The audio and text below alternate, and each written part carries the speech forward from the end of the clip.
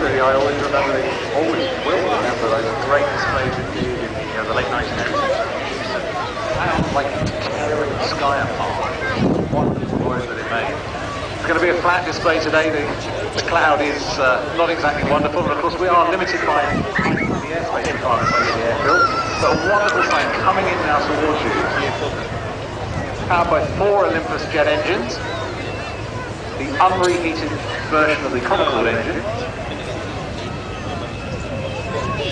There is smoking away, the nav lights on. Take a look at this, ladies and gentlemen. Here's a photo you won't get very often.